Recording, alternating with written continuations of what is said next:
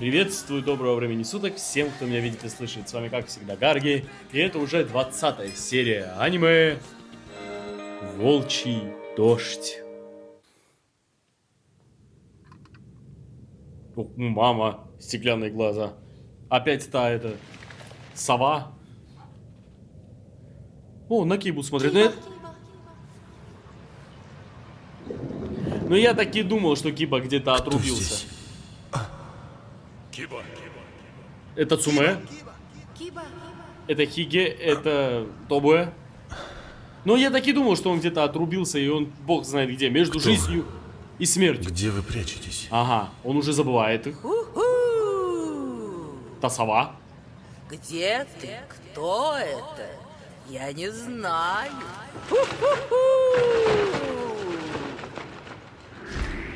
Не думал, что эта сова снова объявится. За этим перевалом вы увидите землю, которую мы называем пустыня костей. Пустыня костей. Пустыню костей? Слушайте, если ваш друг ушел туда, искать его бесполезно. Может, вы передумаете и останетесь тут? Мы не можем. Понимаешь, это ведь именно он хотел найти рай. Увидимся. Идем. И сейчас Тобуэ остается, это мы в предыдущей серии видели. Я не пойду. Я хочу остаться здесь. Ну, вот. Хочешь остаться? То есть, иными словами, решил нас бросить? Да.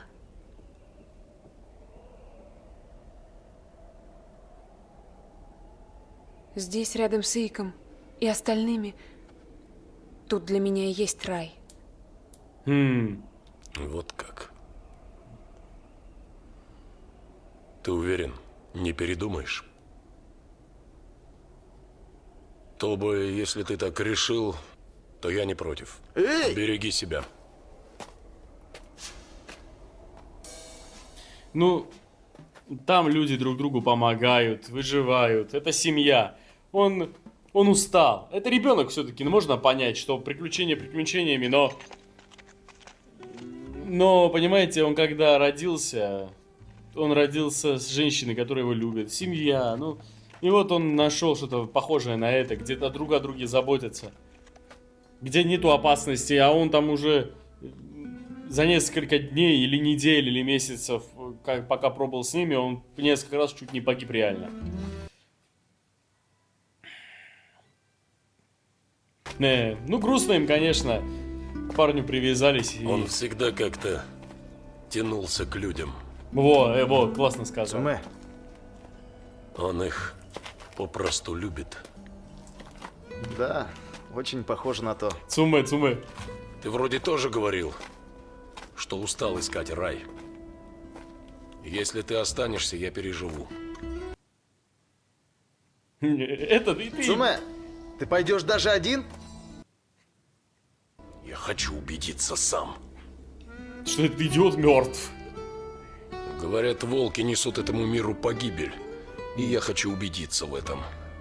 Ну, правда интересно, на самом Тем деле. более, похоже, одному нашему ненормальному другу все-таки удалось меня взять на слабо. Ау.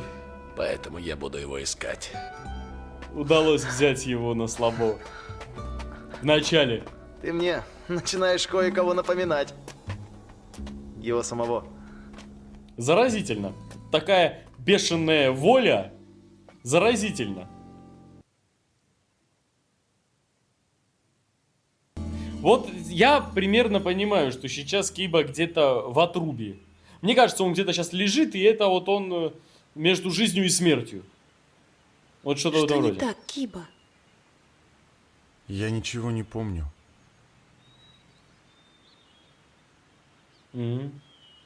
Я слышал все эти голоса, но я не помню, чьи они. Я не могу вспомнить, чьи это лица. Ты забудешь все. Постепенно. Но ты привыкнешь.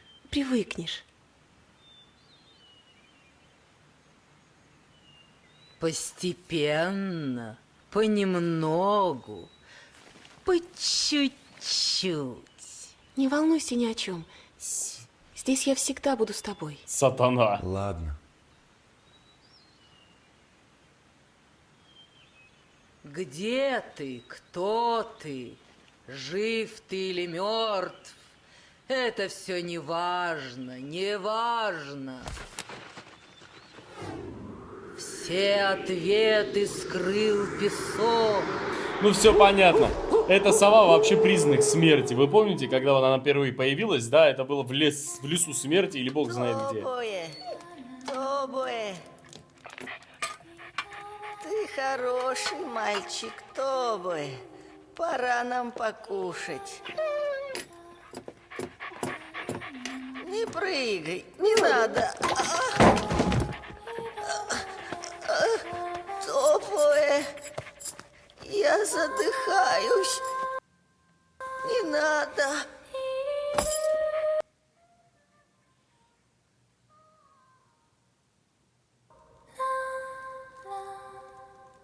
О боже. Так ты решил? А, это ты. Ты точно решил, что не хочешь идти в рай? Господи, лошадь говорит. Я подождите минутку. Да, я все равно не смогу дойти. Если не ты, то кто сможет-то? Бедный. Как-то само собой для всех выходит, что я трус. Нет, нет. Но я уверен, что Киба дойдет. И за Хиги и Цумэ я тоже не волнуюсь. Я просто знаю. А еще я точно знаю, что я только всем мешаю. Знаю. Ну это неправда. Господи, ну теперь понятно. Я хочу просто остаться здесь. Господи, как жалко, он случайно. Да уж, тут и правда ничего нет. А там? Вот черт, это они! Джагара? Не может быть. Ты что-то учуял? Там, куда ушли Цумэ и Хиги, что-то есть. Приближается что-то плохое. Наверное, это те самые. Те, кто напал на наших собак? На нас они тоже нападали.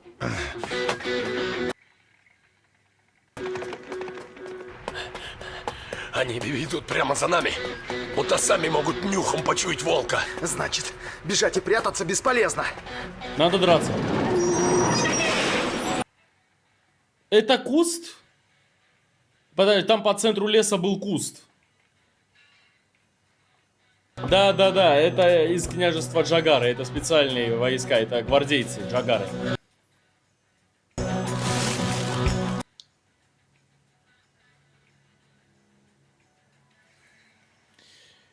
Это Киба там, полудохлый валяется.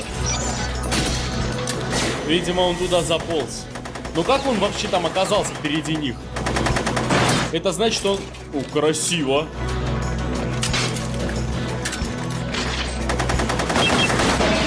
Ладно, это была реально крутая сцена. То есть он луком подхватил автомат и начал уже из автомата по ним стрелять. Круто, признаю.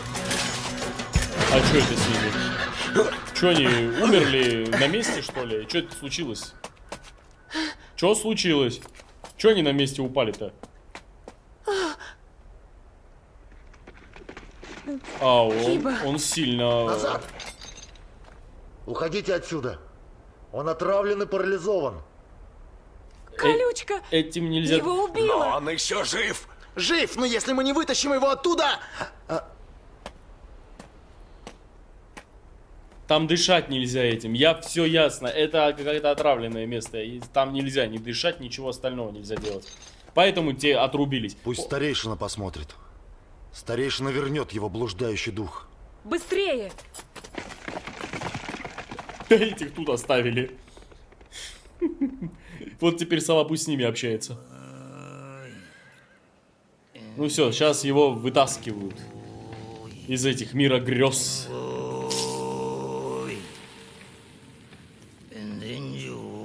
Ребят, честно сказать, я не очень разбираюсь в шаманских индийских ритуалах, так что никак прокомментировать данную сцену не могу.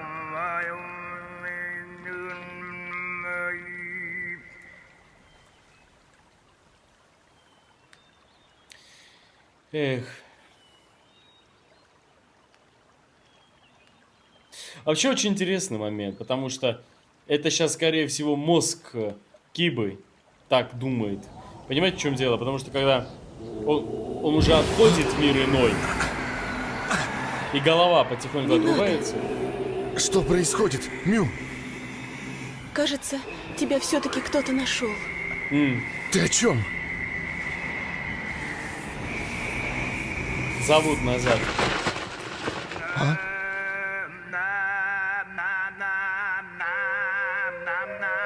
Должен уходить.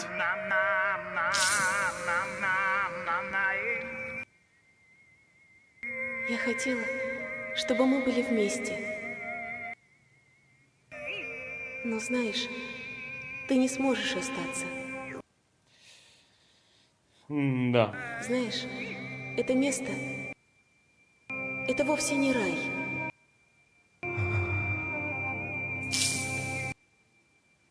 Это просто мир, в котором остановилось время.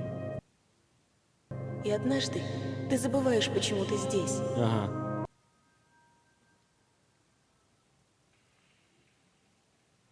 Мир, где остановилось время. Я тоже Интересно. ничего не могу вспомнить.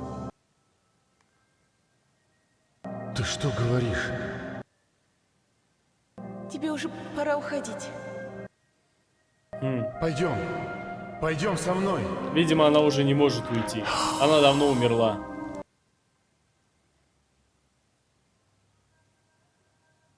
Мю. Все-таки мы с тобой совсем разные звери. Мю! Прощай. Прощай, Киба.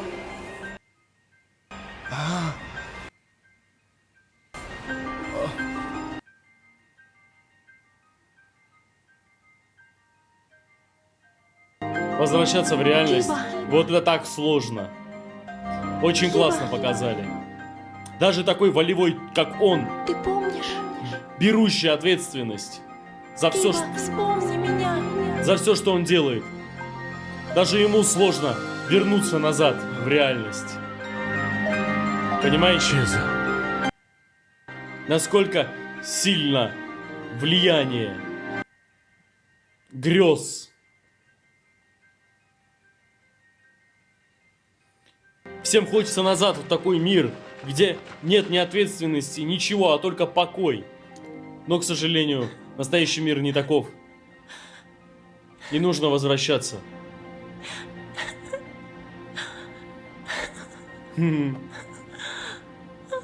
Ну, Блю и Чеза. Хотя бы Блю рядом. Уже неплохо. Давай, Киба, просыпайся. Его бы откормить немножечко, да и напоить, а то он очень сильно исхудал. С возвращением. Киба, Узнаешь? Киба, Киба! Только вопрос, как он вообще там оказался? Давно не виделись. Ребята. Здесь все нормально. Свой. Вот нельзя по-нормальному было. И где ты был все это время, Ха- пока мы искали? Хороший вопрос. В одном хорошем месте. Козел. Думал, что в раю. А Но был он. все-таки не в раю, а? Нет. Слава богу, без нас-то. Меня оттуда выкинули. Все хорошо. Он вернулся. Ах. Ну все, ему надо просто отсыпаться, отдыхать, покушать, выпить, да и потом пойти дальше. Эх, Уйдем, как только Киба встанет на ноги. да. Тобуя, с ними пойдешь? Тобуя, как жалко, господи, бедный. Что будешь делать, мелкий? Мало кому удается прожить жизнь, ни разу по-честному не подравшись. О, как. Дальше вряд ли будет легче. Да знаю я все это.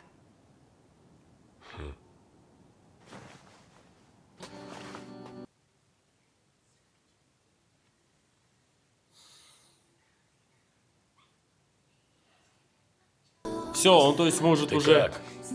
А? Ничего.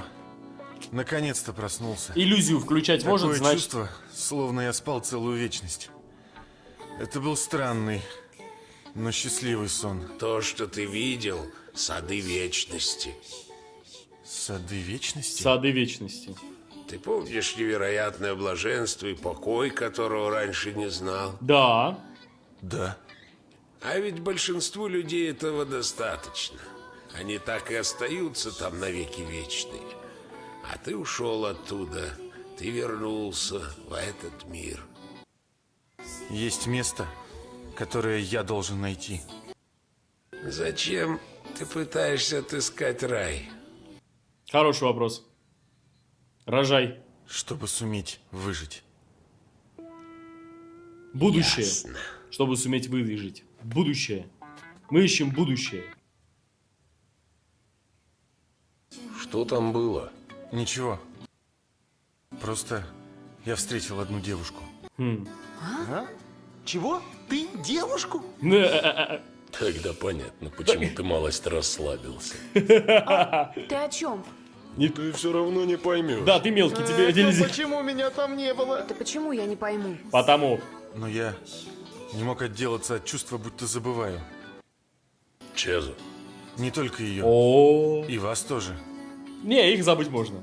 Это идиоты. Я думал, что вы умерли. О, нет. Ты гонишь, да? Ах ты козел. Да ты вообще в курсе, сколько мы тебя искали? Умерли, как же? Правда? Да еще как. Извините. Как психом был, так психом и остался. Ну, в команде должен быть один. Весельчак, мелкий, серьезный и псих. Эх. Пошли. Да ладно, до утра потерпишь, может быть. Идешь, не идешь? Я больше не буду скулить. Да он вроде бы и не скулил И до не буду этого. убегать. Поспорим? Нет. Готовы? Пора. Да. Вперед, веди. Ну, погнали. Рай, далеко? Не знаю. Но мы все равно дойдем. Давайте сперва за Чезой, а? Как ты думаешь, нам стоит туда идти? Это ваше Идите. предназначение. И пусть ведут вас духи. Пусть ведут нас духи. Эх. Вообще, это очень классная серия. Да. Пошли. До встречи. Ну, я пошел. У тебя есть все, что нужно, чтобы дойти до рая. И даже больше. И даже Спасибо. больше. Классно, что они могут говорить. Классно, что они могут говорить с животными. Можно тебя попросить? На нем мой запах, чтобы найти.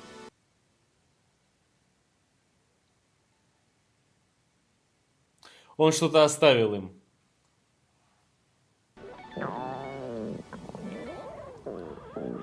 Не вякай. Куда ни пойдешь, везде этот чертов снег. Видать, конец мне скоро. Квинт. Ну и ладно. Зато увижу Роуса. Подождите, на мне его запах, о нем шла речь. Он попросил... Я так и понял. Вот, да. Кто бы попросил за ним присмотреть и найти его. Все нормально, Квинт выживет. Ну, это хорошо. Понятно, это спиртное. Хорошее, такое крепкое. На радостях набухался. Ты кто такой? Ты только что выпил весь бальзам. А, По мне так это была вода жизни. Я даже в себя пришел. Меня попросили спасти тебя. Попросили? Да, и кто? Да. Это был волк. Ау, ирония. Эх, Да ну хватит. Быть такого не может. пути Божьи Ты не неисповедимы. веришь в волков? Верит еще как? Да верю я в них. Очень. Только не верю, что от них можно ждать хорошего. Заколебал. Вот еда. Меня попросили, так что я помогу тебе, кем бы ты ни был. Какого дьявола на этот раз они решили проявить ко мне милость? Ну, может, потому что ты хороший человек, и Блю тебя любит, а они любят Блю. Что за бред? Взял и пошел дальше.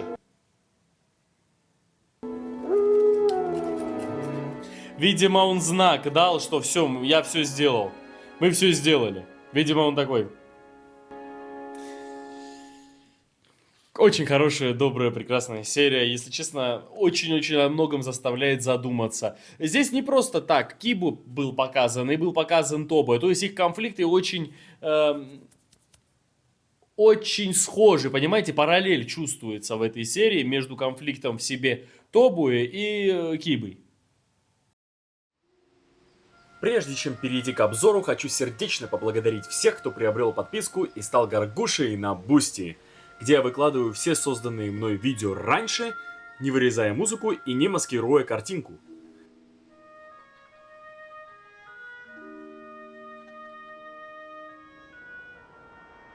Также большое спасибо за отдельный донат на Бусти. Также выражаю большую благодарность спонсорам канала, Гаргульчикам и Гаргулятам.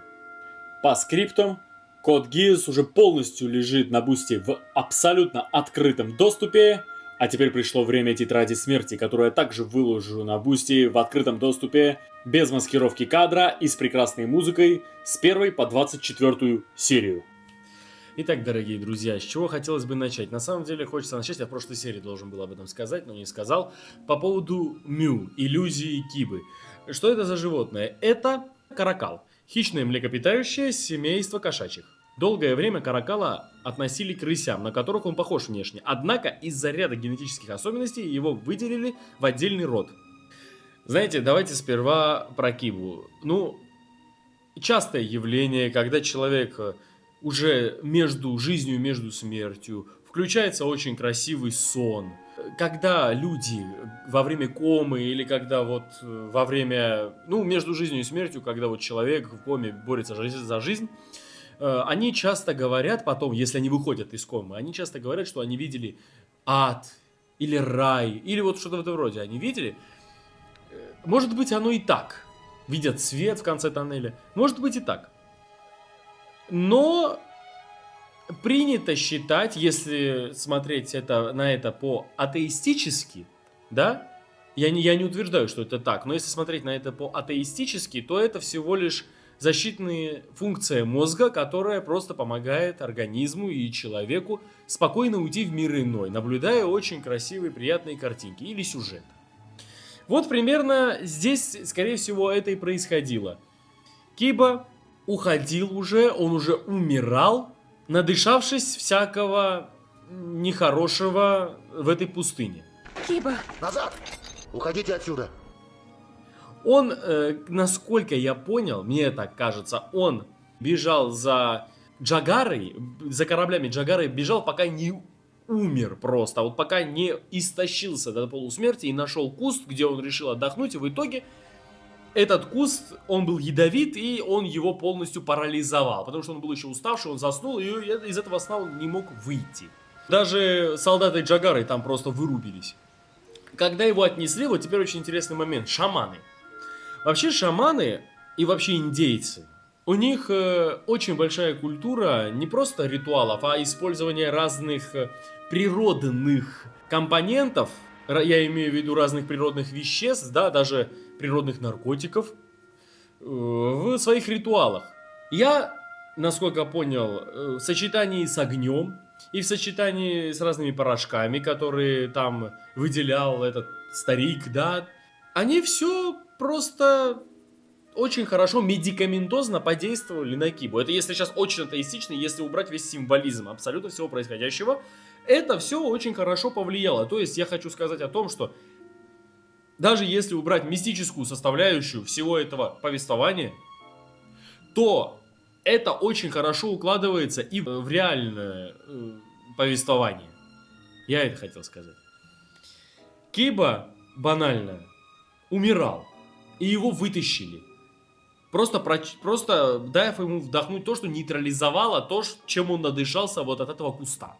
Но вот смотрите, какой момент. Ему было тяжело уходить, вы понимаете? То есть тяжело было снова запустить организм.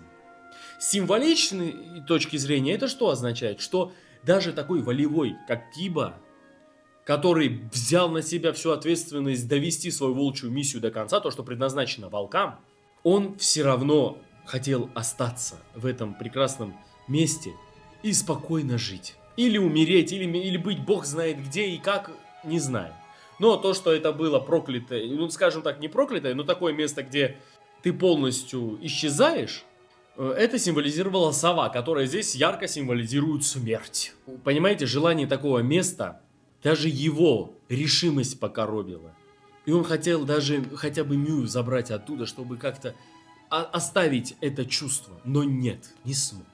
Он либо должен оттуда был уйти, либо остаться. И точка. Он ушел. Но ему это стоило больших сил. С реальной точки зрения, каких сил? Он должен был просто запустить свой организм. Это зависело от его физической силы. И силы его организма. По-символически, то, что он должен был приятное оставить, потому что все приятное очень заразительно. Очень заразительно. Как наркота. Понимаете? Ты знаешь, что это плохо, но ты все равно это потом делаешь, потому что, вот знаете, вредные привычки, сигареты, ты знаешь, что это плохо, это тебя угробит, но ты решаешь идти все-таки на это, скажем так, очень-очень медленное убийство ради сиюминутного удовольствия. И он должен был преодолеть себя. Вот с точки зрения реального, с точки зрения символичного, очень красиво сочетается и выносится. Теперь, что касается Тобуя, очень интересно здесь показали бедного ребенка, бедного щенка. Случайно, не соразмерившись своих сил, потому что он рос, он не понимал своей силы, он просто волк, вы понимаете? И он бедную бабулю сам, своими руками, из-за неопытности. Это же кошмар, господи, какой ужас. Это был просто это была просто реально вот кошмарная сцена, это ужасная сцена. Что у него внутри творится, вы представляете? Нам не просто так эту сцену показали. Вы понимаете, в чем дело? Именно вот после этого у него комплекс зародился, что он не может кому-то помочь, понимаете? Он не может быть полезным, потому что по факту, вот в первый раз он бедную бабулю задушил, потом он пытался бедной девочке, помните в первой серии, принести назад сокола, которого он тоже вот случайно убил, потому что он только-только начинает жить, он не понимает размер своих возможностей, силы, перебарщивает. Это произошло случайно. Он решил остаться по нескольким причинам. Во-первых, потому что он думает, что ничем не может помочь этим ребятам. Вот физически.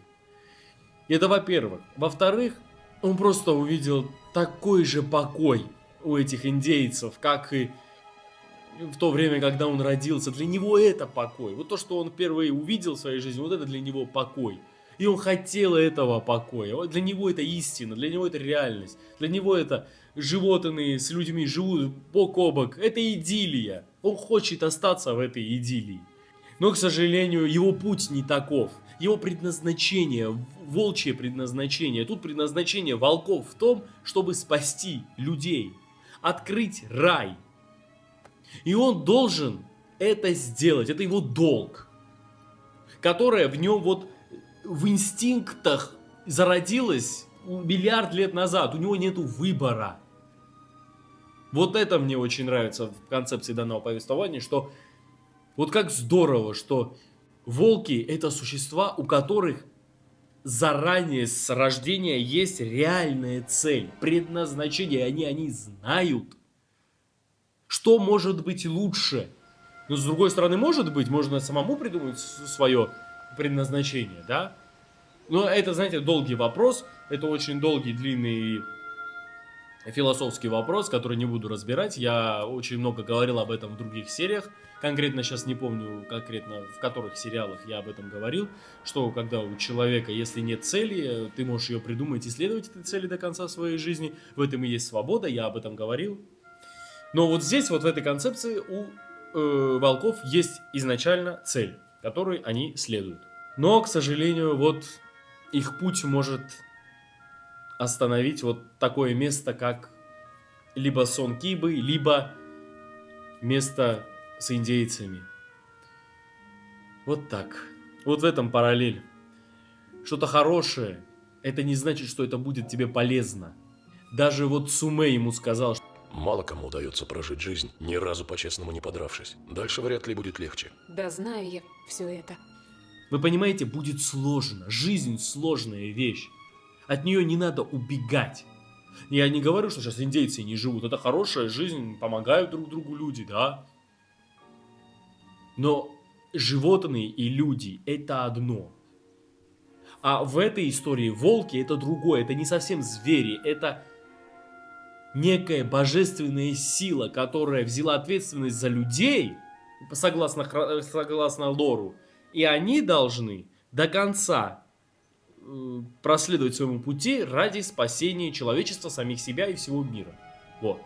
Будут препятствия, вот такие места, вот такие сны, все это, конечно. Но надо найти в себе силы. Миновать это и идти дальше. Что ж, дорогие друзья, это была 21 серия Волчьего Дождя. Благодарю, если смотрели это вместе со мной. Если вам понравилось, будьте добры, поставьте лайк, подпишитесь на канал, группу ВКонтакте, также, пожалуйста, на Бусти, где я выкладываю Волчий Дождь на несколько серий вперед. Без маскировки кадра и без вырезания великолепной музыкой, которую вырезать здесь это грех. Удачи вам, увидимся уже на 22 серии.